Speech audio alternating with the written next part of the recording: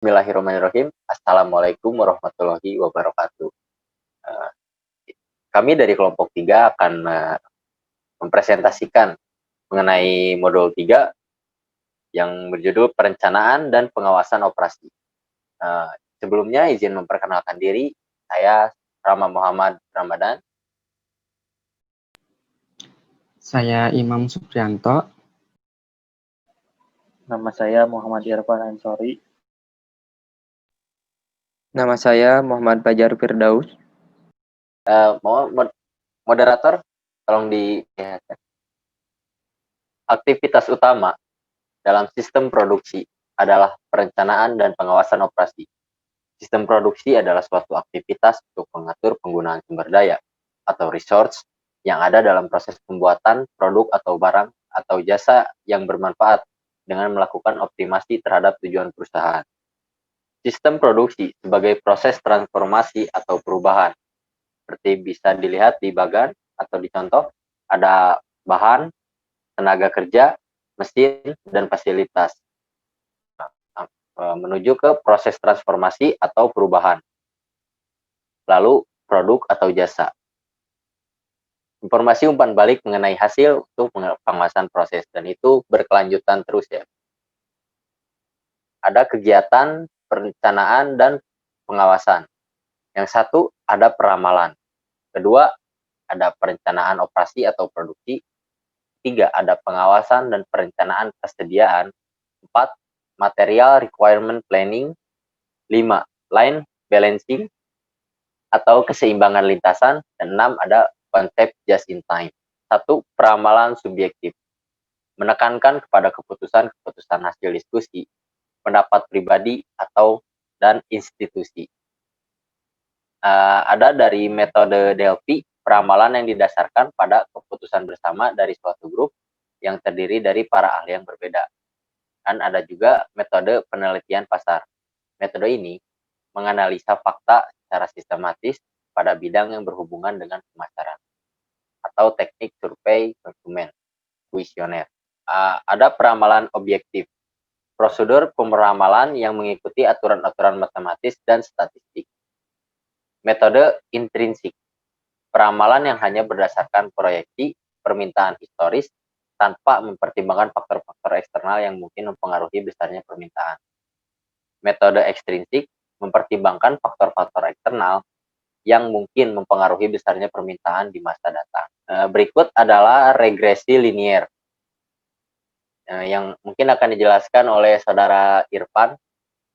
Silakan Saudara Irfan. Oh baik, terima kasih.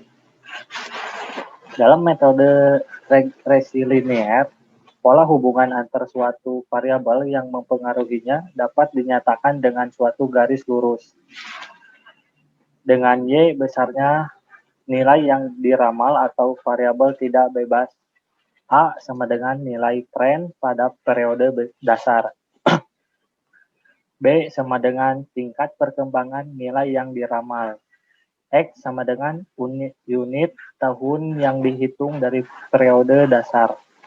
Berikut adalah rumus regresi linear. Tujuan utama dari penggunaan metode rata-rata bergerak adalah untuk menghilangkan atau mengurangi acakan randomness dalam deret waktu. Dengan F kurung buka T ditambah 1 kurung tutup sama dengan peramalan pada periode T ditambah 1. XI sama dengan nilai aktual, T sama dengan periode rata-rata bergerak. Digunakan untuk mengetahui jumlah barang produk yang harus diproduksi dengan didasarkan pada hasil peramalan dan persediaan yang ada, juga merupakan pegangan untuk merancang jadwal produksi. Fungsi lain, menjamin rencana penjualan dan rencana produksi konsisten terhadap rencana strategi perusahaan. Menjamin kemampuan produksi konsisten terhadap rencana produksi sebagai alat monitor hasil produksi aktual terhadap rencana produksi, mengatur persediaan produk jadi untuk mencapai target produksi dan rencana produksi, dan mengarahkan penyusunan dan melaksanakan jadwal induk produksi. Untuk melakukan perencanaan produksi dapat dilakukan dengan beberapa strategi. Yang pertama yaitu dengan mengendalikan persediaan atau dilakukan pada saat kapasitas produksi di bawah permintaan dan digunakan pada saat di atas kapasitas produksi. B. Dengan mengendalikan jumlah tenaga kerja sesuai dengan laju produksi yang diinginkan. Yang C. Mengadakan subkontrak untuk menaikkan kapasitas pada saat perusahaan dalam keadaan sibuk. Yang D. Mempengaruhi permintaan atau potongan harga pemberian hadiah layanan khusus. Perencanaan operasi dapat diklasifikasikan menjadi dua metode, yaitu yang pertama metode kualitatif atau rasio persediaan, konsensus manajemen, grafik, dan lain-lain. Yang kedua metode kuantitatif atau heuristik, model matematik, simulasi, dan lain-lain. Persediaan adalah sumber daya tertahan yang digunakan untuk proses lebih lanjut. Fungsi utama persediaan yaitu sebagai penyangga penghubung antar proses produksi dan distribusi untuk memperoleh efisiensi. Fungsi utama persediaan yaitu 1. Sebagai penyangga penghubung antar proses produksi dan distribusi untuk memperoleh efisiensi. Yang kedua, sebagai stabilitor harga terhadap fluktuasi permintaan. Masalah umum persediaan dalam suatu sistem dapat dibedakan menjadi dua, yaitu masalah kuantitatif dan masalah kualitatif. Yang pertama, masalah kuantitatif, yaitu semua hal yang berhubungan dengan penentuan kebijakan persediaan. Yang kedua, masalah kualitatif, semua hal yang berhubungan dengan sistem pengoperasian persediaan. Komponen biaya dalam rangka menentukan persediaan. 1. Biaya pembelian adalah biaya yang dikeluarkan untuk membeli barang persediaan secara individu. Yang kedua, biaya pengadaan. Dibedakan menjadi dua jenis, yaitu biaya pemesanan atau ordering cost dan biaya persiapan atau setup cost. Yang termasuk biaya ini antara lain biaya administrasi pemesanan, pengiriman pesan, biaya pengangkutan, biaya penerimaan, dan sebagainya. Yang ketiga, biaya penyimpanan atau simpan adalah biaya yang berkaitan dengan penyimpanan satuan barang dalam persediaan untuk satu periode waktu tertentu. Biaya penyimpanan antara lain meliputi yang pertama biaya modal, biaya pergudangan, biaya asuransi dan pajak, biaya keusangan, kemerosotan, dan kehilangan. Yang terakhir biaya kehabisan stok. Sekian presentasi dari saya. Saya kembalikan kepada model. Baik, terima kasih Saudara Irfan sudah menjelaskan beberapa slide dari presentasi kami. Selanjutnya ada Economic Order Quantity atau EOQ yang akan dijelaskan oleh Saudara Fajar. Boleh Saudara Fajar? Economic Order Quantity atau EOQ. Tujuan model ini adalah menentukan jumlah ekonomis setiap kali pemesanan sehingga total biaya persediaan minimal. Awal mula adanya model ini didasarkan pada asumsi-asumsi berikut ini. A. Tingkat permintaan adalah konstan, berulang-ulang, dan tidak diketahui. Yang B. Tenggang waktu pesanan. Sejak pesanan ditempatkan sampai pengiriman pesanan selalu merupakan jumlah yang tetap. Yang C. Dengan permintaan dan tenggang waktu yang tetap, maka dapat ditentukan kapan untuk memesan bahan dan menghindari kekurangan stok. Yang D. Bahan dipesan atau diproduksi dalam suatu partai dan seluruh partai ditempatkan ke dalam persediaan dalam suatu waktu. Yang E. Biaya satuan unit adalah konstan dan tidak ada potongan diberikan untuk pembelian yang banyak. Yang F, satuan barang merupakan produk tunggal, tidak ada interaksi dengan produk lain. Ini adalah grafik model persediaan. Gambar di atas menyatakan bahwa pada periode ke-0, jumlah persediaan yang di tangan adalah sebesar Q. Kemudian berkurang stoknya dan menurun secara linear sesuai dengan penggunaan. Pada saat persediaan mencapai titik R, yaitu pada T1, dilakukan pemesanan jumlah Q unit. Material dikirim dari agen selama L hari. L adalah lead time, waktu tenggang, yaitu waktu pada saat dilakukan pemesanan sampai barang datang di gudang. Barang jumlah Q akan datang di gudang pada saat T2. Total biaya tahunan yang terjadi adalah sebagai berikut. Total biaya sama dengan biaya pemesanan, ditambah biaya simpan, ditambah biaya material. Biaya pesan bisa dihitung dengan P, A per Q. Dengan P, yaitu biaya pesan setiap kali pesan. A, yaitu permintaan per periode.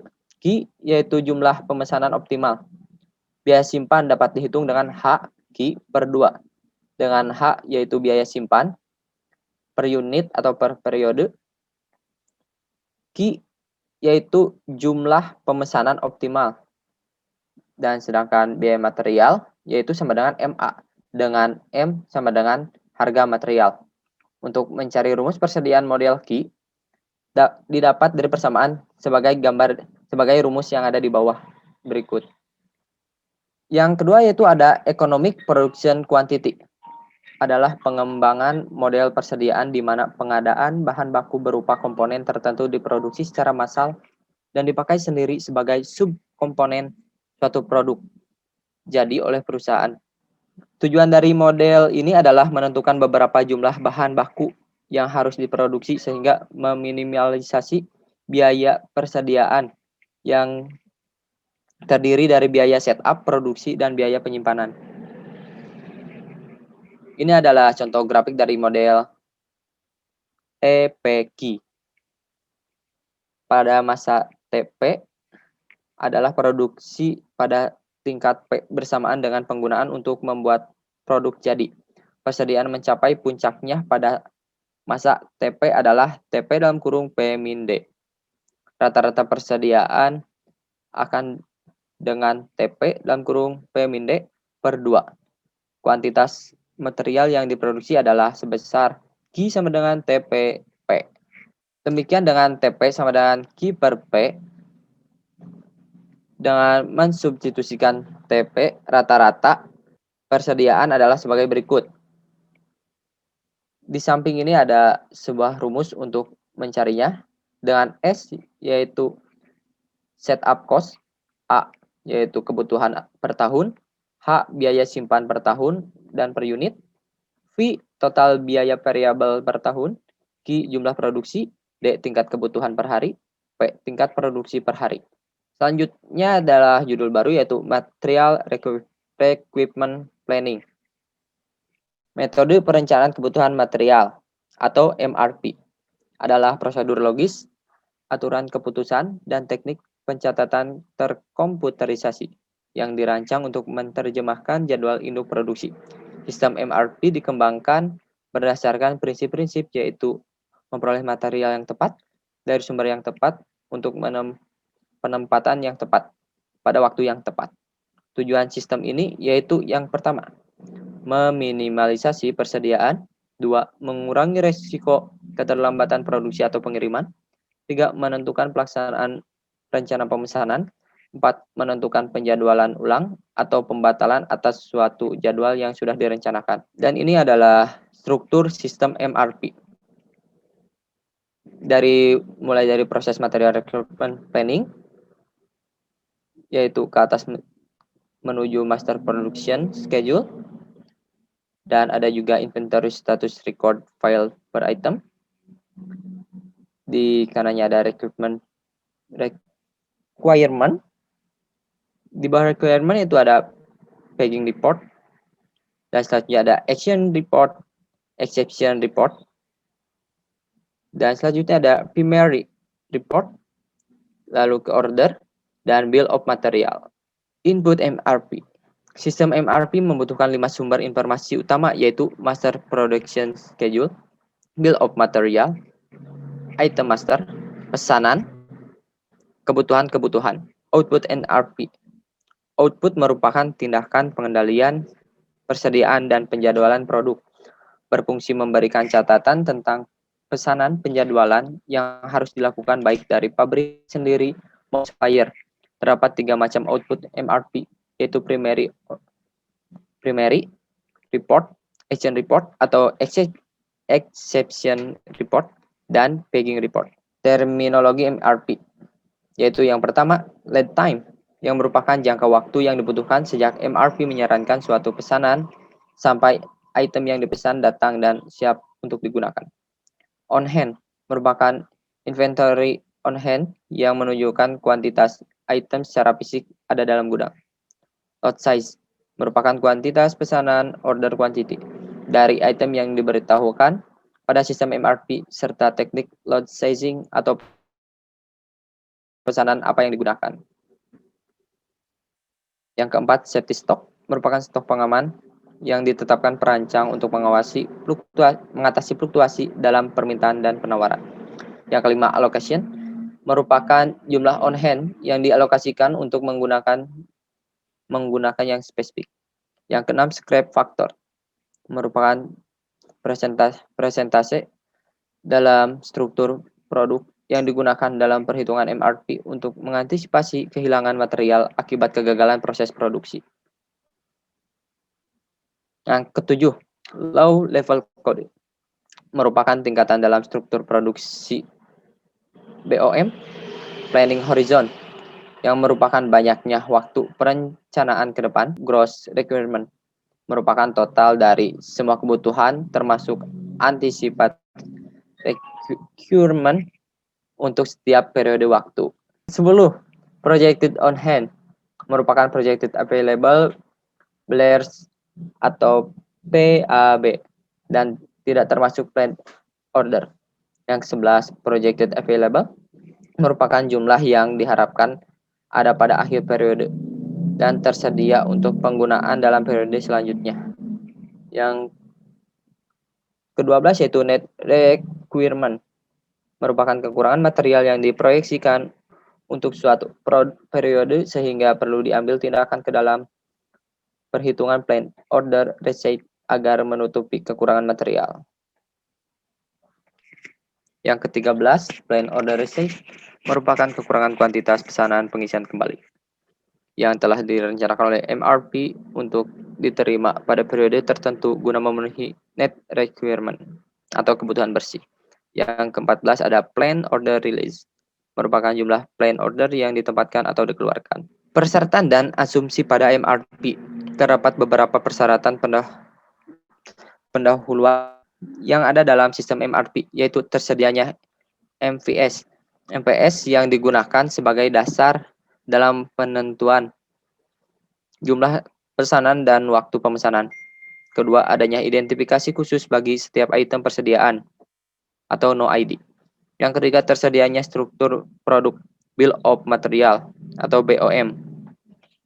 Yang keempat, tersedianya catatan tentang inventory untuk semua item yang dinyatakan keadaan persediaan sekarang dan yang akan datang. Sedangkan asumsi yang diperlakukan sebagai prakondisi berlakunya sistem MRP adalah sebagai berikut.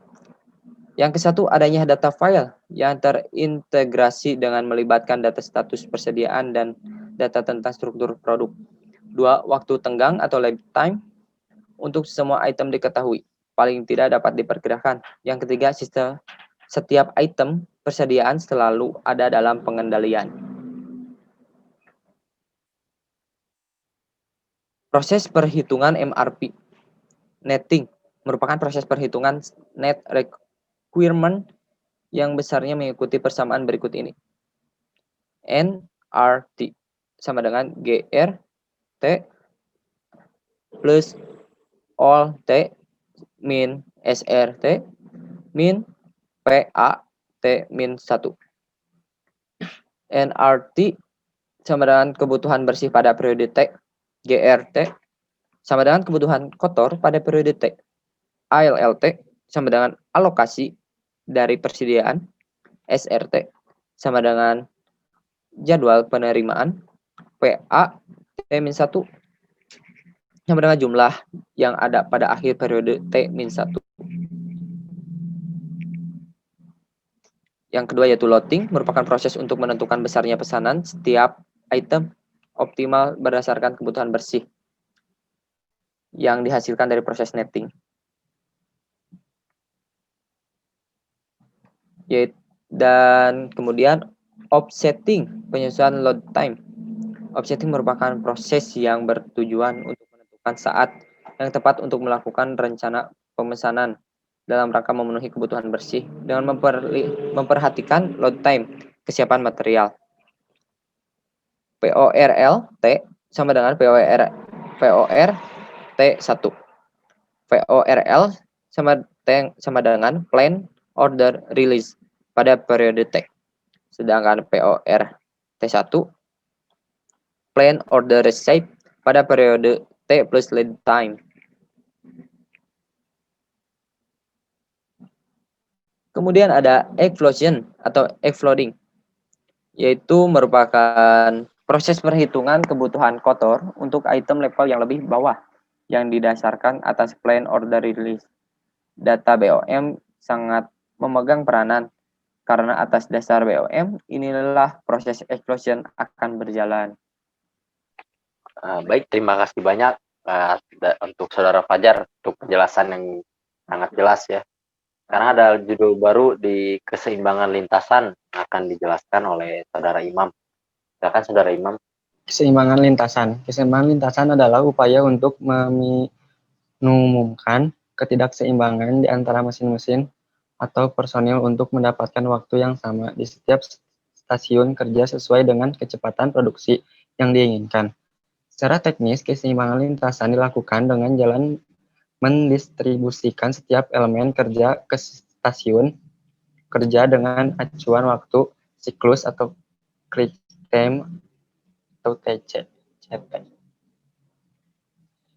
Secara sederhana, ini perakitan dapat digambarkan sebagai berikut. Input material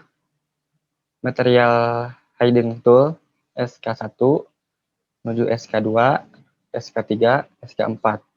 Final assembly. Lini perakitan dapat didefinisikan sebagai sekelompok orang dan atau mesin yang melakukan tugas-tugas sekuensial dalam merakit suatu produk. Lini perakitan merupakan lini produksi di mana material bergerak secara kontinu dengan rata-rata laju kedatangan material berdistribusi uniform melewati stasiun kerja yang mengerjakan perakitan. Pada lini perakitan secara garis besar ada dua tujuan yang harus dicapai, yaitu 1. Menyeimbangkan stasiun kerja. 2. Menjaga lini perakitan beroperasi secara kontinu. Terminologi lintasan. 1. Elemen kerja adalah pekerjaan yang harus dilakukan dalam suatu kegiatan perakitan. 2. Stasiun kerja adalah lokasi tempat elemen kerja dikerjakan. 3. Waktu siklus adalah waktu yang diperlukan untuk membuat satu unit produk pada satu stasiun kerja. Waktu stasiun kerja adalah waktu yang dibutuhkan oleh sebuah stasiun kerja untuk mengerjakan semua elemen kerja yang didistribusikan pada stasiun kerja tersebut. 5. Waktu operasi adalah waktu standar untuk menyelesaikan suatu operasi. Delay time atau idle time adalah selisih antara CT dengan WSK. Delay time merupakan waktu menganggur yang terjadi setiap stasiun kerja. Besarnya idle time dapat dihitung dengan cara mengurangi waktu yang tersedia dengan waktu yang digunakan. 7. Percentage diagram adalah diagram yang menggambarkan urutan dan keterkaitan antara elemen kerja perakitan sebuah produk. 8. Balancing delay adalah rasio antara waktu idle dalam lini perakitan dengan waktu yang tersedia. Rumus yang digunakan untuk menentukan balancing delay lini perakitan adalah sebagai berikut. Usaha penyeimbangan yang baik adalah usaha yang dapat menurunkan balance delay lini perakitan. Untuk mengukur performance sebelum dan sesudah dilakukan proses keseimbangan, lintasan dilakukan kriteria berikut ini. Efisiensi lini. Efisiensi lini adalah rasio antara waktu yang digunakan dengan waktu yang tersedia, dengan N sama dengan jumlah elemen kerja yang ada. CT adalah cycle time, N sama dengan jumlah stasiun kerja yang terbentuk. Ini adalah rumusnya. Keseimbangan lintasan yang baik adalah jika efisiensi setelah keseimbangan lebih dari efisiensi dalam sebelum keseimbangan. Indeks penghalusan adalah suatu indeks yang mempunyai kelancaran relatif dari penyeimbangan ini perakitan tertentu. WSK max sama dengan waktu terbesar dari stasiun kerja terbentuk. WSKI waktu stasiun kerja I yang terbentuk. N jumlah stasiun kerja yang terbentuk. Metode keseimbangan lini perakitan. A. Metode Kilbride-Wester-Haggerty. Sesuai dengan namanya, metode ini dikembangkan oleh Kilbride dan Wester. Langkah-langkah dalam metode ini adalah sebagai berikut. 1. Buat presidense diagram dari presidense data yang ada. Berilah tanda daerah-daerah yang memuat elemen-elemen kerja yang tidak saling tergantung. 2. Tentukan waktu siklus dengan cara mencoba-coba trail faktor dari total elemen kerja yang ada. Tentukan jumlah stasiun kerja yang mungkin terbentuk dengan menggunakan formula di bawah ini. Dengan N sama dengan jumlah stasiun kerja, T, I sama dengan waktu elemen kerja ke I. Distribusikan elemen kerja pada setiap stasiun kerja dengan aturan bahwa total waktu elemen kerja yang terdistribusi pada sebuah stasiun kerja tidak boleh melebihi waktu siklus yang ditetapkan. 4. Keluarkan elemen kerja yang telah didistribusikan pada stasiun kerja dan ulangi langkah 3 sampai semua elemen kerja ada distribusi ke stasiun kerja. B. Metode Modi-Young. Metode ini terdiri dari 2 fase. Fase pertama adalah membuat pengelompokan stasiun kerja elemen kerja ditempatkan pada stasiun kerja dengan aturan. Bila terdapat 2 elemen kerja yang bisa dipilih, maka elemen kerja yang mempunyai waktu lebih besar ditempatkan yang pertama. Pada fase itu pula, presence diagram dibuat matris F dan F yang menggambarkan elemen kerja mendahului V dan elemen kerja yang mengikuti F untuk semua elemen kerja yang ada. Pada fase kedua dilakukan redistribusi elemen kerja setiap stasiun kerja hasil dari fase 1. Langkah-langkah yang harus dilakukan pada fase 2 adalah sebagai berikut. 1. Identifikasi waktu stasiun kerja terbesar dan waktu stasiun kerja terkecil. 2. Tentukan goal dengan rumus goal sama dengan waktu SK max dikurang waktu SK min per 2. 3. Identifikasi sebuah elemen kerja yang terdapat dalam stasiun kerja dengan waktu yang paling maksimum yang mempunyai waktu lebih kecil dari goal yang elemen kerja tersebut apabila dipindah ke stasiun kerja dengan waktu yang paling minimum tidak melanggar presidensi diagram. 4. Pindahkan elemen kerja tersebut. 5. Ulangi evaluasi sampai titik tidak ada lagi elemen kerja yang dapat dipindah. Baik, terima kasih Saudara Imam Ya. akan penjelasannya. Selanjutnya adalah judul baru, ada konsep tepat waktu atau just in time yang akan saya sendiri jelaskan. Just in time adalah memproduksi output yang diperlukan pada waktu dibutuhkan oleh pelanggan dalam jumlah sesuai kebutuhan pelanggan pada setiap tahap proses dalam sistem produksi dengan cara yang paling ekonomis atau paling efisien. Konsep produksi tepat waktu mempunyai tujuan utama, yaitu menghilangkan pemborosan dalam sistem produksi melalui beberapa tindakan antara lain sebagai berikut. 1. Ada optimalisasi setiap langkah proses manufacturing. 2. Pengendalian kuantitas sehingga sistem dapat menyesuaikan dengan fluktuasi permintaan harian dan bulanan dalam hal kuantitas dan jenisnya. 3. Ada jaminan kualitas dengan melakukan perbaikan berkelanjutan sehingga produk yang dihasilkan dijamin mempunyai standar kualitas yang baik dan bebas dari produk cacat. 4. Komitmen dengan pemasok dan pelanggan untuk saling bekerjasama. Perbandingan filosofi sistem produksi transisional dan JIT. Perbedaan mendasar antara proses manufaktur tradisional dengan produksi tepat waktu terdapat pada filosofi.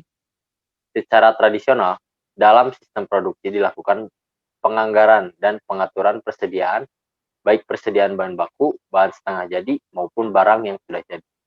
Proses produksi dengan just in time hanya akan melakukan aktivitas produksi pada saat dan sebesar kuantitas dan kualitas yang diperlukan pelanggan. Jadi dalam hal ini, JIT atau just in time menerapkan metode persediaan minimum. Keuntungan dari sistem produksi tepat waktu. Terdapat beberapa keuntungan dan merupakan sasaran utama dari sistem produksi tepat waktu, antara lain sebagai berikut. 1. Pengurangan scrap dan rework. 2. Meningkatkan jumlah pemasok dan yang ikut just in time. 3. Meningkatkan kualitas proses industri atau orientasi zero defect. 4. Mengurangi inventory, orientasi zero inventory. 5. Reduksi penggunaan ruang pabrik. 6. Linearitas output pabrik atau berproduksi pada tingkat yang konstan selama waktu tertentu.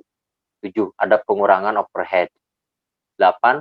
Meningkatkan produktivitas total industri secara keseluruhan. Nah, selanjutnya ada keuntungan dari sistem produksi tepat waktu atau just in time.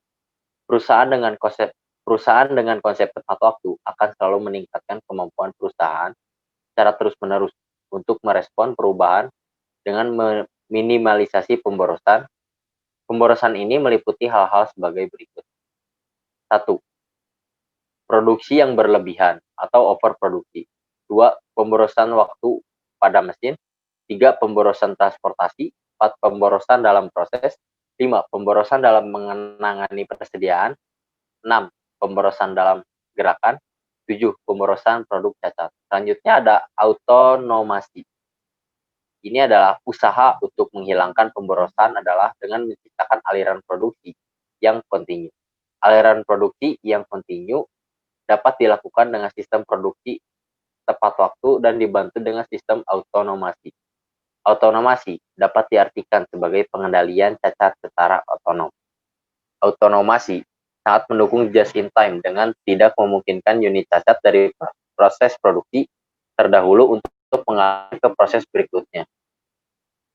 Sistem pengendalian dalam JIT ini dikenal dengan istilah andon, yaitu berupa papan lampu listrik yang akan memberi tanda jika ada kerusakan atau keterlambatan pada suatu stasiun kerja yang bisa mengakibatkan lintas produksi berhenti.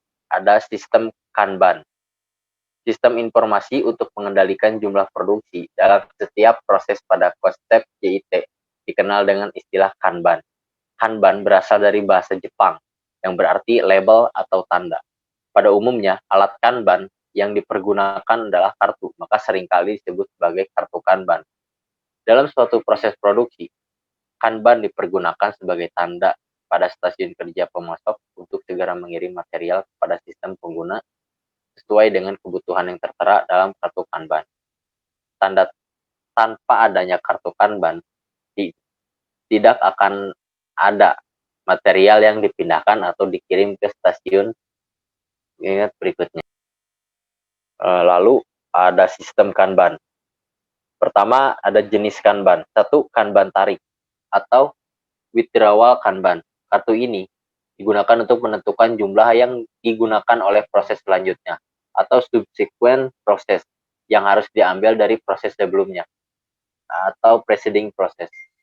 Kanban tarik bergerak di antara pusat-pusat kerja dan digunakan sebagai alat cah untuk memindahkan material dari satu pusat kerja ke pusat kerja lain. Dua, ada Kanban produksi atau production Kanban. Kartu ini dipakai untuk menentukan jumlah yang harus diproduksi pada proses sebelumnya. Kanban produksi berfungsi sebagai alat cah untuk mengeluarkan pesanan produksi kepada proses sebelumnya agar membuat atau memproduksi part lagi. Tiga, ada Kanban pemasok atau Kanban subkontraktor. Kartu ini digunakan untuk memberitahu pada pemasok agar mengirim sejumlah tertentu komponen-komponen atau bahan-bahan dan menentukan kapan komponen atau bahan-bahan tersebut diperlukan. Berikut adalah grafik, contoh grafik dari mekanisme sistem Kanban. Mekanisme aliran ketiga jenis Kanban secara sederhana dapat digambarkan sebagai gambar di atas. Jadi ada departemen 1, ada subkontraktor. Nah, sini ada jalur Kanban produksi juga, SK2, SK2, SKN, departemen 2. Dan ini ada contoh Kanban tariknya. Nah, selanjutnya ada dalam sistem Kanban ada peraturan dasar dalam sistem Kanban. 1. Pemindahan suatu Kanban dilakukan hanya bila lot akan diperlukan. 2. Tanpa adanya Kanban, maka tidak diperbolehkan ada penarikan part. 3. Banyaknya part yang dikeluarkan ke proses produk berikutnya harus sesuai dengan spesifikasi dalam Kanban. 4. Kanban harus selalu dilampirkan atau ditaruh pada produk-produk fisik dengan tujuan agar selalu kelihatan oleh pekerja dan akan memudahkan tugas untuk mengidentifikasi nomor part dan jumlah part. 5. Dalam memproduksi part, proses sebelumnya harus memproduksi dalam jumlah yang sesuai dengan ditarik oleh proses sesudahnya. 6. Part yang cacat tidak diperbolehkan untuk dikirim ke proses sesudahnya. 7. Proses Kanban dalam setiap pusat kerja dilakukan dengan susunan atau urutan tibanya Kanban di pusat kerja. Berlaku prinsip first come, first server, yaitu Kanban yang tiba pertama akan dilayani terlebih dahulu. Mungkin sekian presentasi dari kami. Terima kasih atas segala perhatiannya. Mohon maaf bila ada kesalahan kata atau kesalahan teknis. Wassalamualaikum warahmatullahi wabarakatuh.